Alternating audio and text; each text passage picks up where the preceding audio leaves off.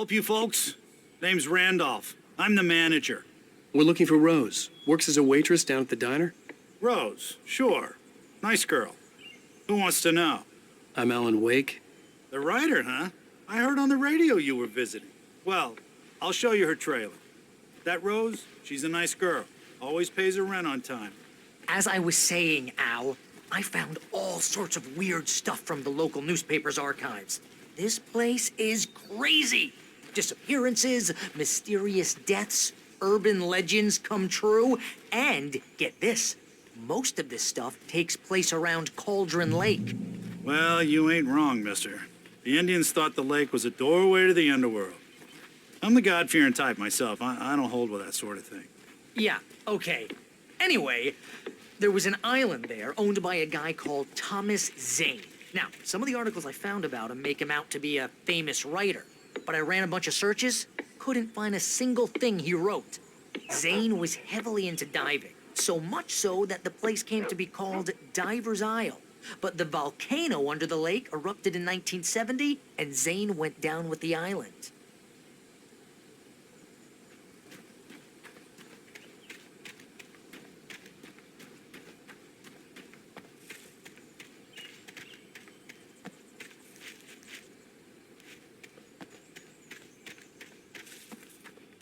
Come on, mister. I'll take you to Rose's trailer.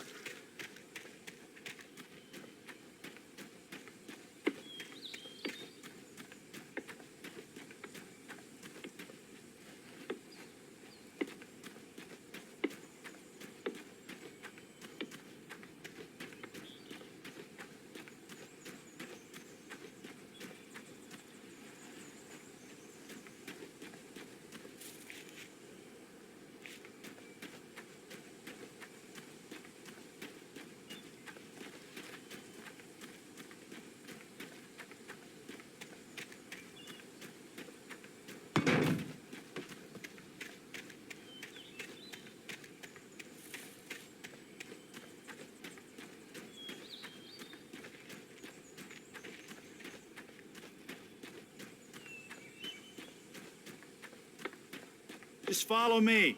It's not far. Yeah, how about that? It was there in the morning, as if it had fallen from the sky. But it would take a tornado to lift something like that. We're damn lucky it didn't crush any of the trailers. Listen, I got things to do. This place don't run itself.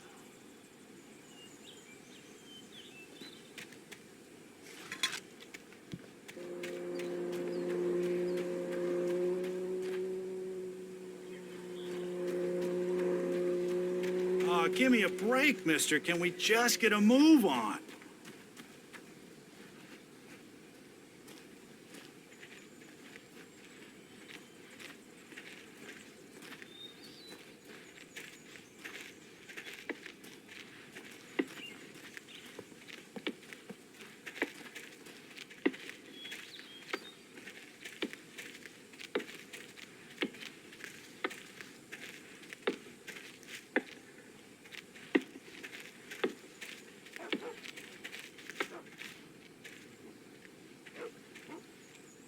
It gets better. A local girl, Barbara Jagger, drowned in Cauldron Lake just a week earlier. They were lovers. Sure, Jagger's a local spook story. The Scratching Hag comes for you in the dark.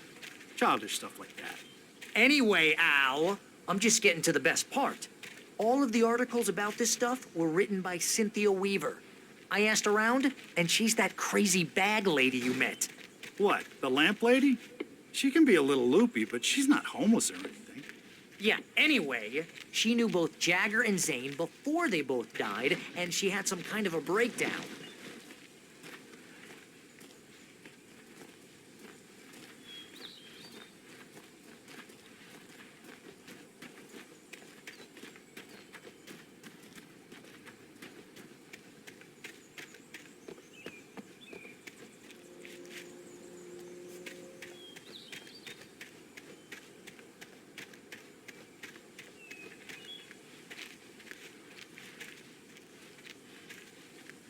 Well, mister, this here's Rose's trailer. You mind me asking what you want with her? We're just here to talk to her, pal.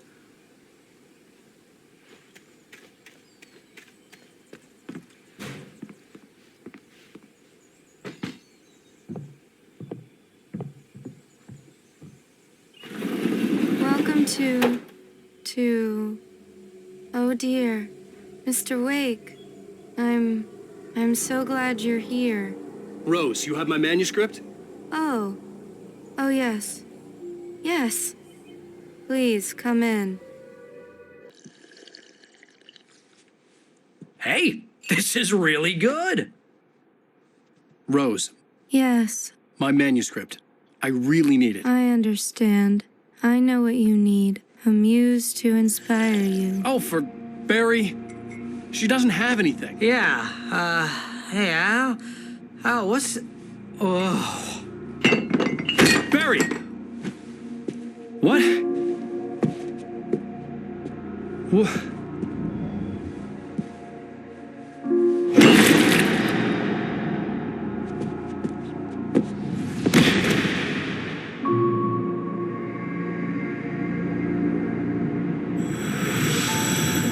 It's coming for you, hiding in my barber's skin. I'm too weak to stop it. You must turn the lights on. I promised I'd come visit you and your lovely wife. You must finish what you started. I insist. You must turn the lights on. Turn the light on. Back to work, boy.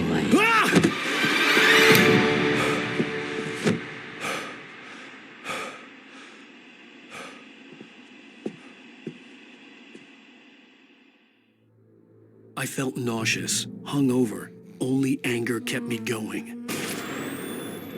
I can't tell reality from dream anymore, but it seems I have an imaginary editor to help me. She's an old woman in a funeral dress.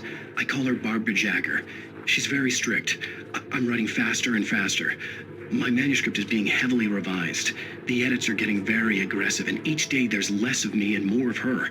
I hate it, but I know she's right. She promises me I can save Alice this way. She knows more of this than I do. About the complex incantation I'm attempting. About this place. She's worked with another writer under similar circumstances, Thomas Zane. The genre of the story seems to be shifting. It's turning into a horror story. I'm getting close. I can feel it. Rose took a day from me. I had less than 12 hours left to meet the kidnapper. All I could do was get Barry into the car, work something out once I got on the road. Welcome to the Oh Dear Diner. What can I get you today? Coffee? I couldn't work up much hate for Rose. Something had used her to get to me and left its mark. First refill is free. Milk and sugar on the counter there. Would you like to hear today's specials? Thank you. Have a nice day. Come back. My gun and flashlight were gone. I'd have to find a way to get Barry into the car as quickly as possible. There was no time to waste. Mr. Randolph liked Rose. That little smile she had. How she was still sweet when life had tried so hard to make her bitter. It wasn't any of his business what she did in her trailer. But those strangers, the writer and his smart-ass sidekick, looked like trouble. And they'd been in there for hours, way past her normal bedtime. He reached for the phone and called the sheriff's station.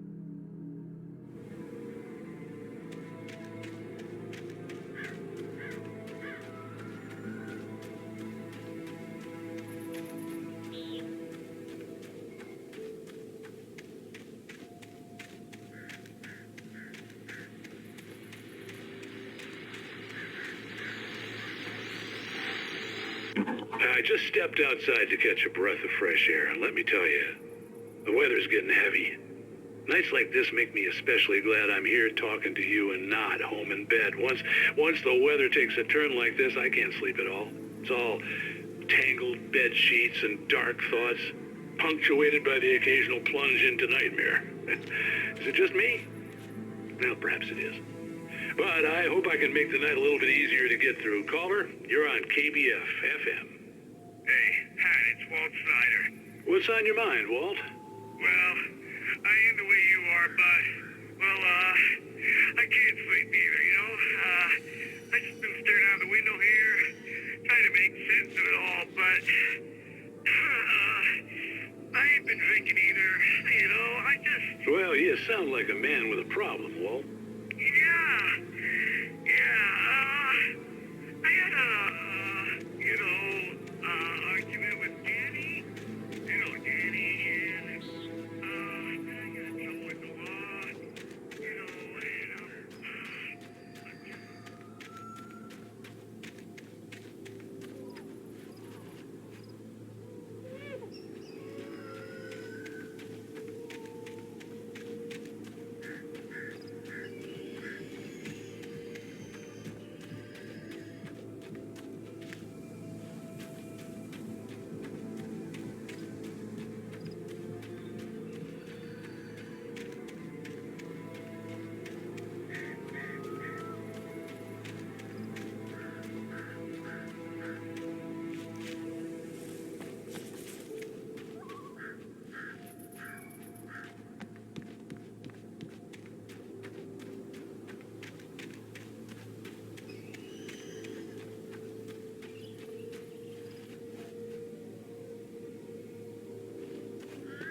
Oh, you're gonna get it now. God knows what you've done to that poor girl. This is Agent Nightingale, FBI! Get him up, Hemingway! You're under arrest! You move a muscle, I'll unload right in your goddamn face! Stay right where you are, Spillane!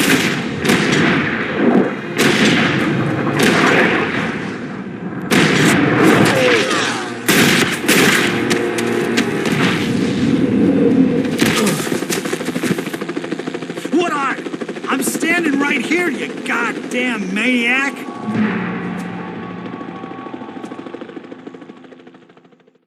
I hated to leave Barry behind, but there was no way I'd miss my appointment with the kidnapper. Give it up, Mr. Wake. Come on. Get after it! Don't let him get away! Move it! I'll have you shot if you let him get away!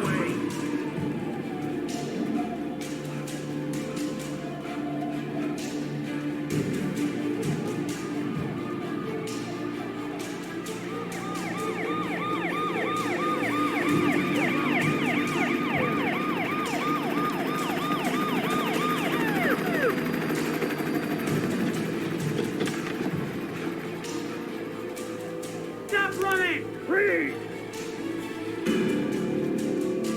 Okay, men, keep your eyes peeled. He's gonna try to make it through here. Oh, damn. Man out! Move it! I'm that way! Keep an eye out! God damn it, where did he go? He slipped away! Keep an eye out!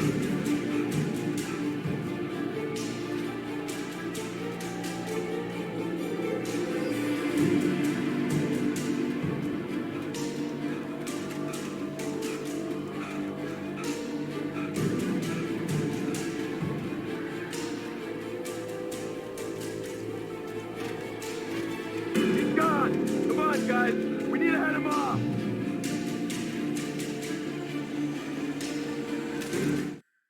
For decades, the darkness that wore Barbara Jagger's skin slept fitfully in the dark place that was its home and prison. It was hungry and in pain.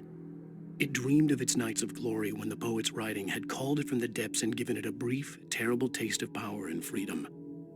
The rock stars had stirred it from the deep sleep the poet had sunk it back to in the end. When it sensed the writer on the ferry, it opened its eyes.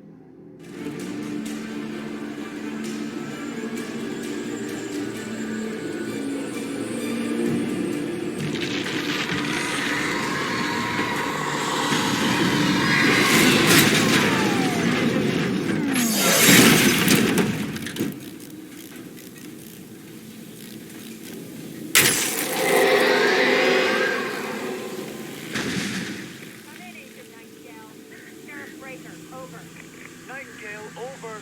What on earth is going on? My deputies tell me he fired at Wade, but he didn't have a gun.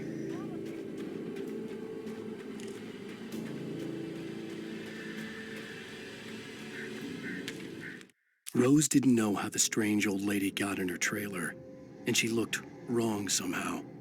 The woman showed her teeth in an approximation of a smile and traced a finger down Rose's cheek. "Pretty girl," she said. Rose felt as if she was falling asleep, but her knees didn't buckle. The crone spoke in a whisper, her words ice cold and dark in Rose's ear.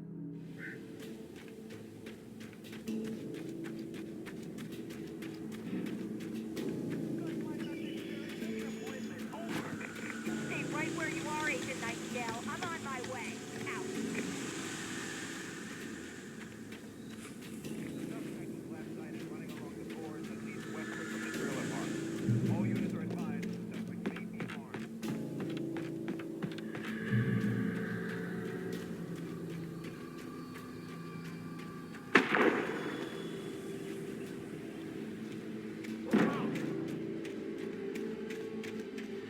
Search the area.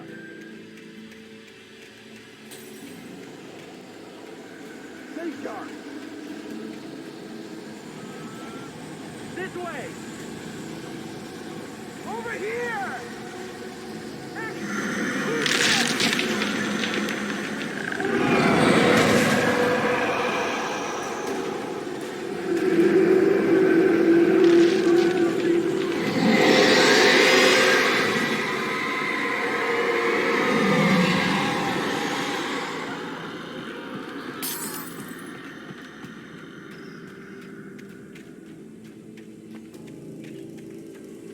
This horror was everywhere I went, circling me. The cops didn't stand a chance. They were after a writer, not a monster. Wait, are you seriously telling me that geek writer just took out my deputies? Are you kidding? I mean, have you seen this guy? He wears a tweed jacket. Over. He's the guy we're chasing. If it's not him, who then? Bigfoot? Over. I don't know yet, but I'm not in the habit of jumping to conclusions. That tends to come back and bite you in the ass. Out.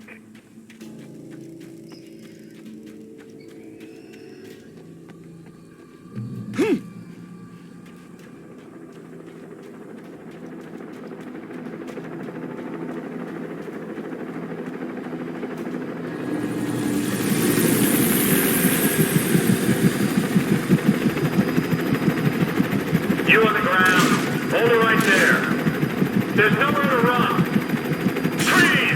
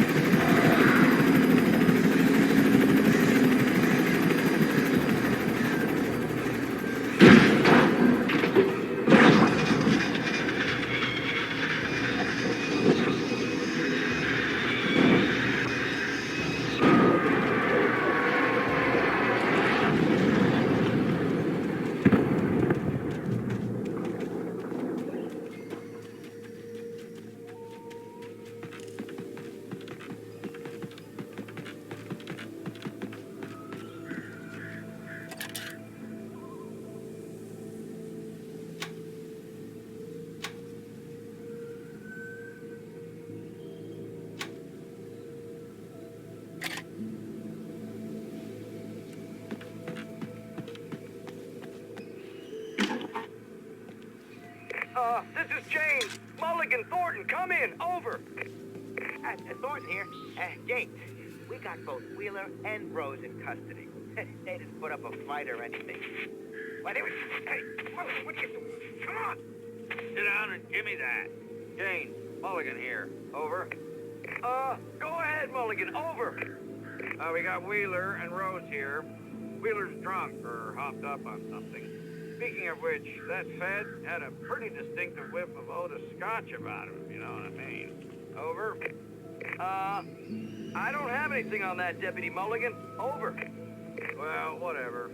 Anyway, Rose is just being plain weird here. You better get Doc in to take a look at both. Over. Gotcha. You better get them here quickly. The, Fed's gonna want to interview Wheeler. Over. Oh, yeah, I bet he does. Looks like they have a lot in common. Mulligan out.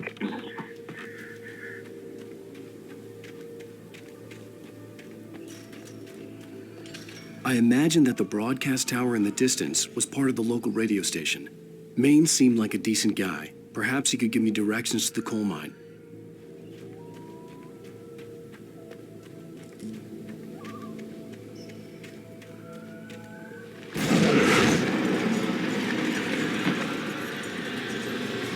Unnatural shadows clung to the gate.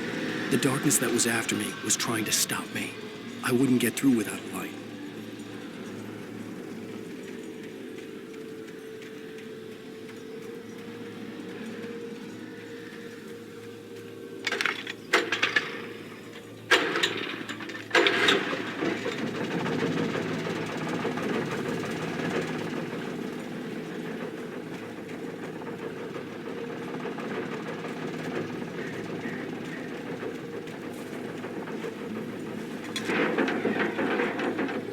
The old generator conked out.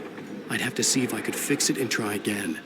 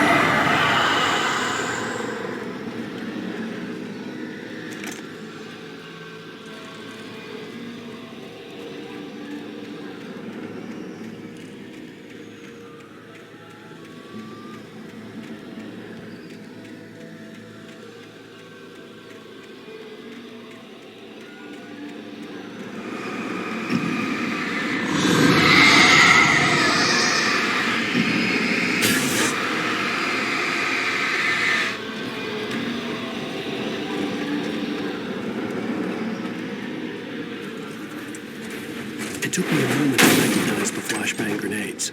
They were an ideal weapon for my situation. D1, come in. Over. D1, this is Sheriff Breaker. Report. Over.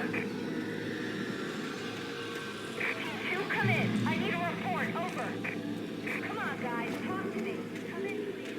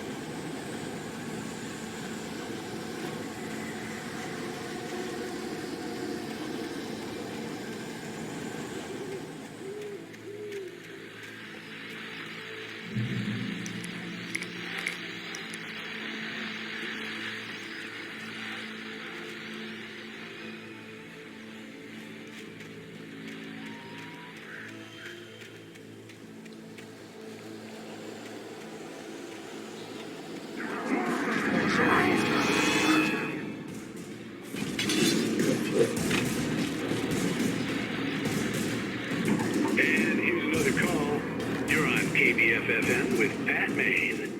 It's Milt Peabody, Pat. What's on your mind, Milt? Well, I live near the trailer park, Pat, and there's a big ruckus going on over there. Well, that's just up the road from me, too. What's going on, do you know? I don't know, but there's a bunch of police cars there, lots of sirens, a helicopter buzzing around, and I think I heard some gunshots. Gunshots? Yes, sir, like from a pistol. So can you find out what's going on? Because it's just next door and they're popping off guns there. They're still shooting? No, it was maybe 10, 15 minutes ago. It sounds serious, Pat. I'm telling you, it don't sound like no party. Well, I'm certainly going to give the station a call, Milt. Okay.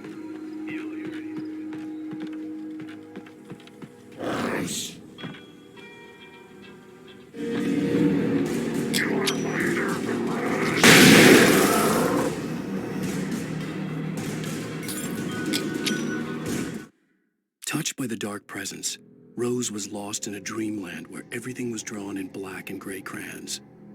The old lady had promised her that all her wishes would come true. She would be Alan Wake's muse. She was smiling so hard it hurt her face. She crushed a bottle full of sleeping pills into the coffee. Deep down inside, she was screaming in terror.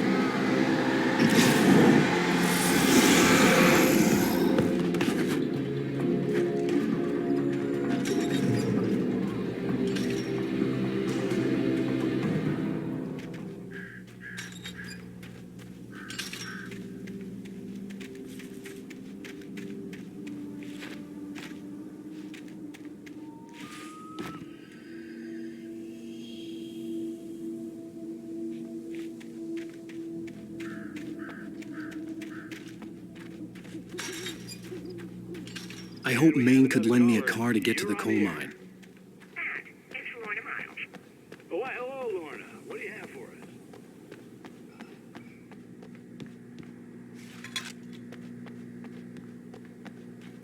Of course you're going after a place like that. Helping us normal citizens instead of wasting resources on those people. Well, Who have to try and sort themselves out. I'm sorry, but my granddaddy settled in Bright Falls in 1911. well, thank you very much for that compassionate viewpoint, Lorna. Oh, here's a little surprise. The famous writer Alan Wake just walked in, folks. I'm going to see if I can talk him into an interview. Come on in, Mr. Wake. Ah, I'm so glad you could find the time to do this, Mr. Wake. Nowhere to run now, Dan Brown. You back away from me. Don't hurt it. Whoa. Everyone calm down. Put the gun down. We're all friends here, right? Cool your jets, Nightingale. We got him. Judas Priest! What the hell's the matter with you? There's a civilian in there.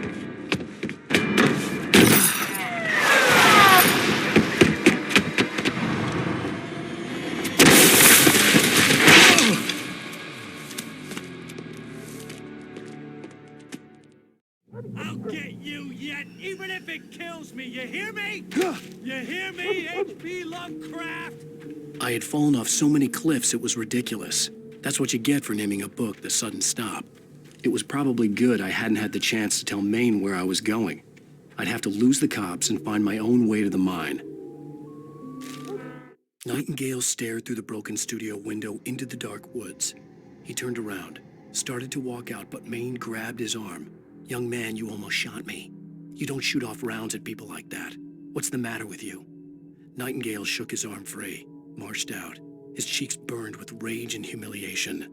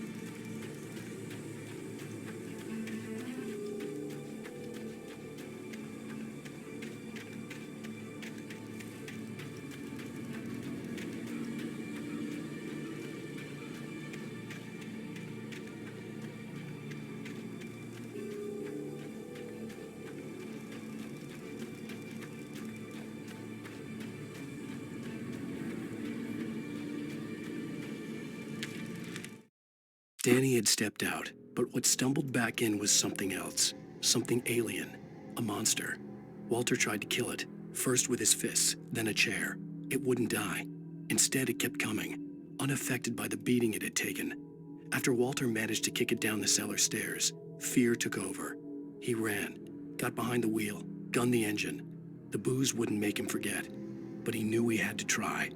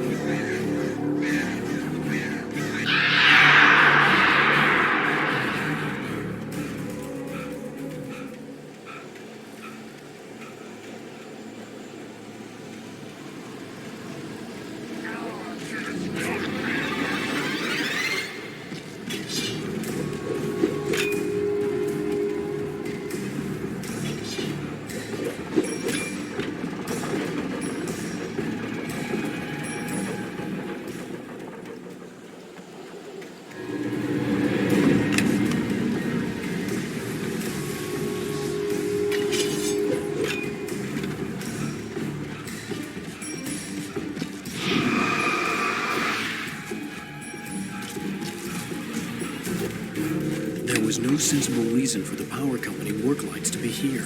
It was almost as if they'd been left for someone like me to use.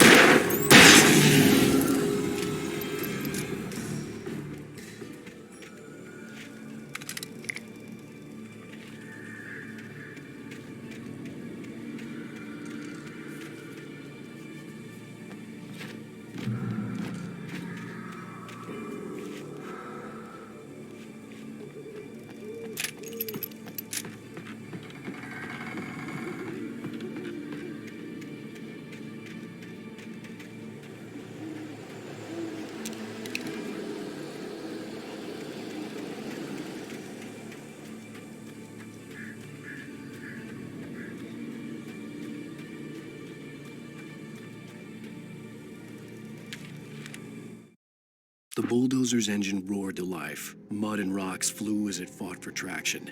It crashed through the concrete wall and landed heavily in the yard. If it were an animal, it would have shaken its head after the impact, fixed its eyes on me, and charged. Of course, it had no head, nor eyes. Shadows crawled on its form, twisting it into a monster. Then, it came for me.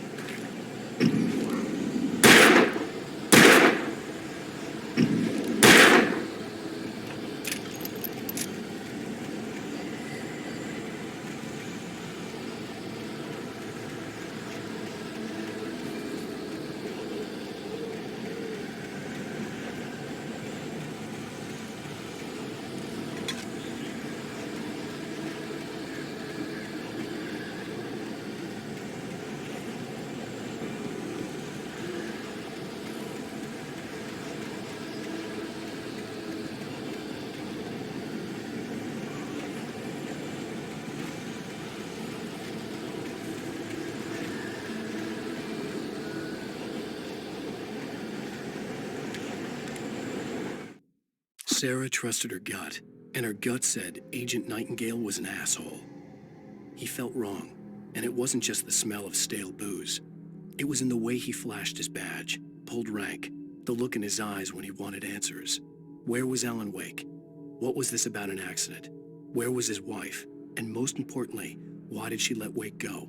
He wouldn't answer her questions. Federal business was all he'd say.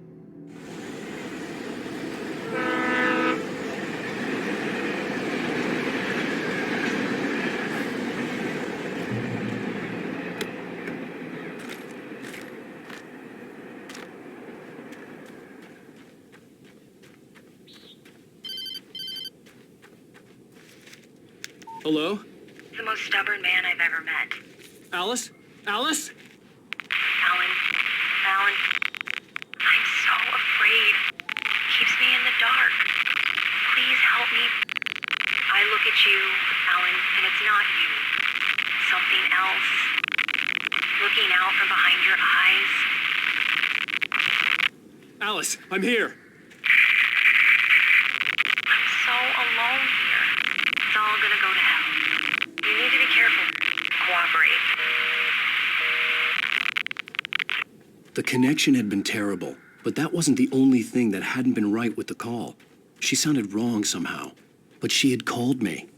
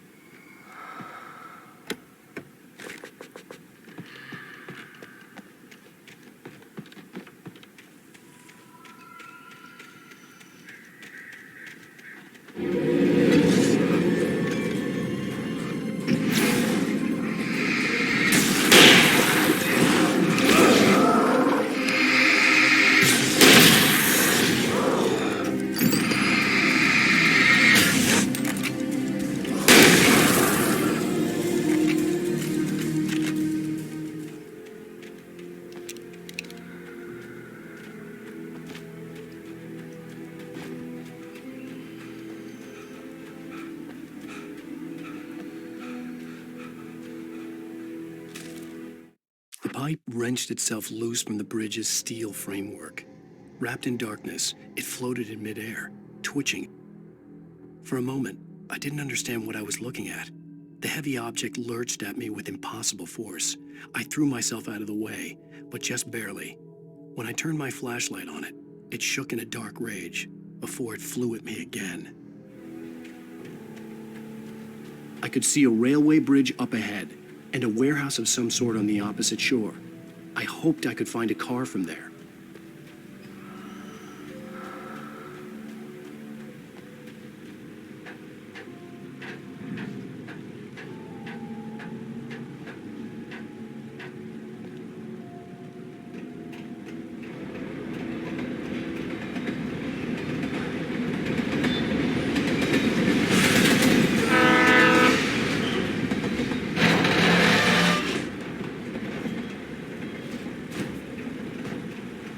The darkness that was pursuing me was growing stronger, and it was taking over everything in its path.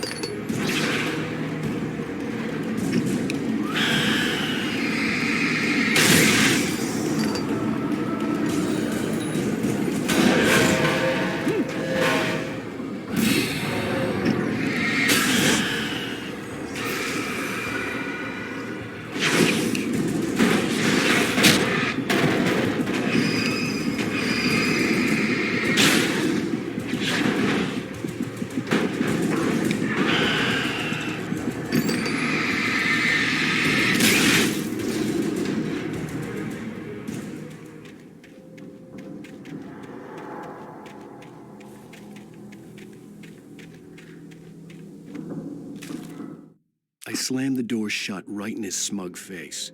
He pleaded for me to open the door. True to form, the asshole actually thought I would obey. I had no sympathy left, no guilt either, not for him. I took a moment to savor the scream. I bet I had a smile on my face. It was all that I had time for. The dark presence was inside the lodge with me.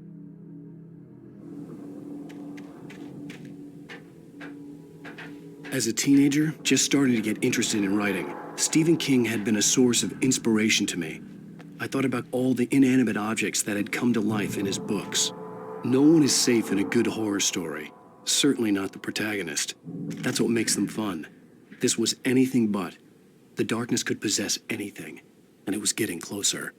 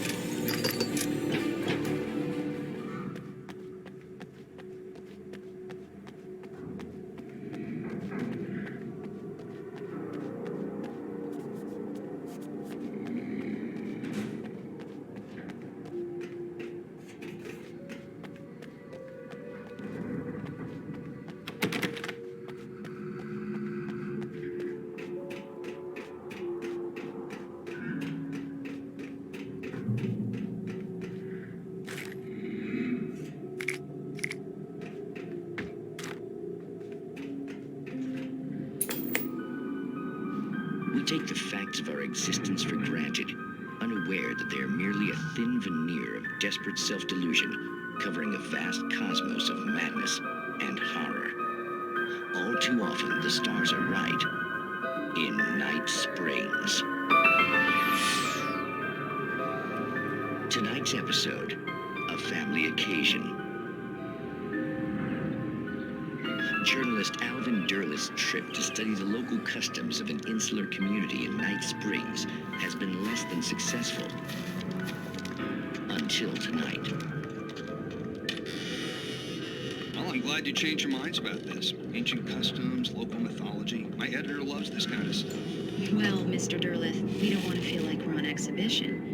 But you have demonstrated the seriousness of your intent. Oh, I am serious. Really, just do your thing. I'll stay out of your way and observe. Actually, I thought you could assist us. I'm afraid we are a man short. It would provide you with an intimate perspective. Could I really? Of course, Mr. Derleth. Well, I guess that's the least What would I have to do? Oh, here. Let me show you with a kiss.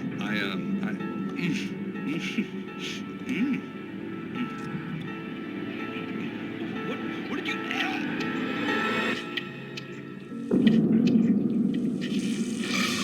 Oh, Mr. Derleth, you have well pleased Nixie Perka, the dweller in flesh.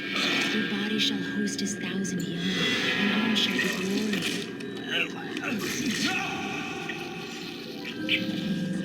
Shh, darling, be calm. Shh.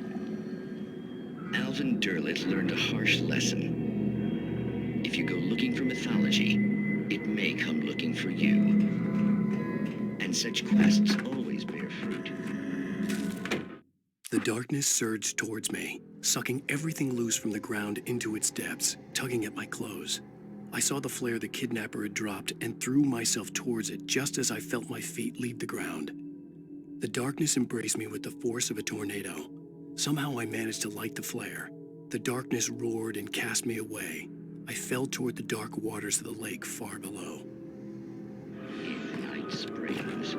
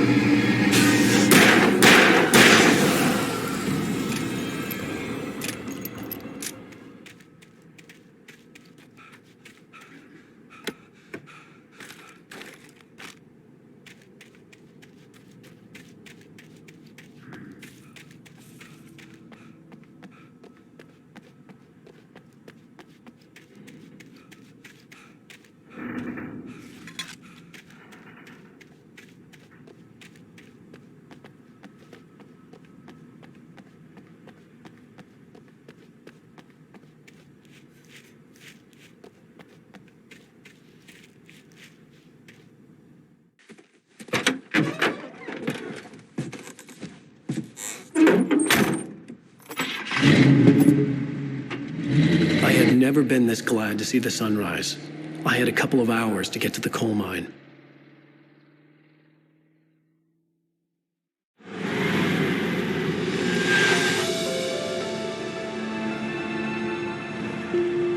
The coal mine wasn't far now.